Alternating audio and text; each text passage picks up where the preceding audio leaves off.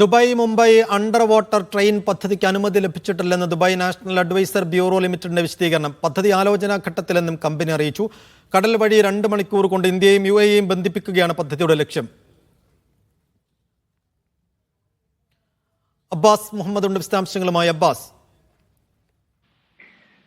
സൈഫുദ്ദീൻ, ദുബൈയിൽ നിന്ന് മുംബൈയിലേക്ക് കടൽ വഴി ഒരു അണ്ടർ വാട്ടർ ട്രെയിൻ പ്രോജക്റ്റ് എന്നുള്ളത് കഴിഞ്ഞ ദിവസം ഇന്ത്യയിലെയും അതുപോലെ UAEയിലൊക്കെ മാധ്യമങ്ങളിൽ വളരെ വൈറലായ ഒരു വാർത്തയായിരുന്നു. ഇതിന് പിന്നാലെയാണ് ഈ പദ്ധതിക്ക് നേതൃത്വം നൽകുന്ന നാഷണൽ അഡ്വൈസർ ബ്യൂറോ ലിമിറ്റഡ് എന്ന് പറയുന്ന ഒരു സ്ഥാപനം വിശദീകരണമായി രംഗത്തെത്തിയത്.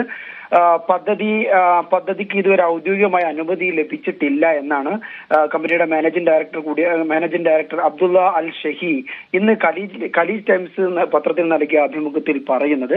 2018 ഇങ്ങനെ ഒരു അണ്ടർ വാട്ടർ ട്രെയിൻ എന്ന ആശയം മുമ്പോട്ട് വെക്കുന്നത്.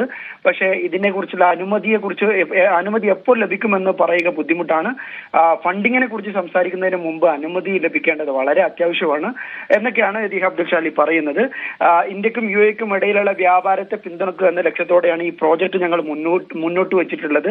ഇന്ത്യക്ക് മാത്രമല്ല അയൽ രാജ്യങ്ങളിലേക്ക് കൂടി ഈ പ്രോജക്റ്റ് ഗുണകരമാകുമെന്നാണ് പ്രതീക്ഷിക്കുന്നത് എന്നും അദ്ദേഹം പറയുന്നു.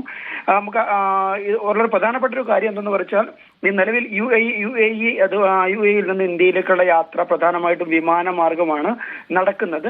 ഇത് കടൽ വഴി ഒരു അണ്ടർ വാട്ടർ ബുള്ളറ്റ് ട്രെയിൻ സ്ഥാപിക്കുന്നത് വഴി ഏകദേശം 2 മണിക്കൂർ കൊണ്ട് ദുബൈയിൽ നിന്ന് മുംബൈയിലെത്താം, മുംബൈയിൽ നിന്ന് ദുബൈയിലെത്താം എന്നുള്ളതിന് പ്രോജക്റ്റ്. ഇത് യാത്രയ്ക്ക് മാത്രമല്ല UAEയിൽ നിന്ന് ഇന്ത്യയിലേക്ക് എണ്ണ കൊണ്ടുപോകാനും അതുപോലെ ഇന്ത്യയിൽ നർമ്മദ നദിയിൽ നിന്ന് UAEയിലേക്ക് വെള്ളം കൊണ്ടുവരാനും ഈ പദ്ധതി സഹായകരമാകും എന്നാണ് അവർ പറയുന്നത്. ഇലക്ട്രോ മാഗ്നറ്റ് സാങ്കേതിക വിദ്യ ഉപയോഗിച്ചാണ് ഈ ട്രെയിനുകൾ ഓടുക. മണിക്കൂറിൽ 1000 കിലോമീറ്റർ വരെ വേഗത്തിൽ സഞ്ചരിക്കാം എന്നിങ്ങനെയൊക്കെയുള്ള സവിശേഷതകൾ കൂടി ഈ ട്രെയിനിനുണ്ട്. വളരെ പ്രധാനപ്പെട്ട കാര്യം, വളരെ വൈറലായ വാർത്തയാണ്. ഒരുപാട് ആളുകൾ ഈ അടുത്ത് ഈയിടെ ചർച്ച ചെയ്ത വാർത്തയാണ്. എങ്കിൽ പോലും ഇതിന്റെ ആലോചനാ ഘട്ടത്തിൽ മാത്രമാണ് എന്നാണ് ഇത് സംബന്ധിച്ച കമ്പനി ഇപ്പോൾ നൽകുന്ന വിശദീകരണം. സൈഫുദ്ദീൻ. ശരി. മുഹമ്മദ് അബ്ബാസ് ആണ് ദുബായിൽ നിന്ന് വിശദാംശങ്ങൾ നൽകിയത്. ഇടവേള.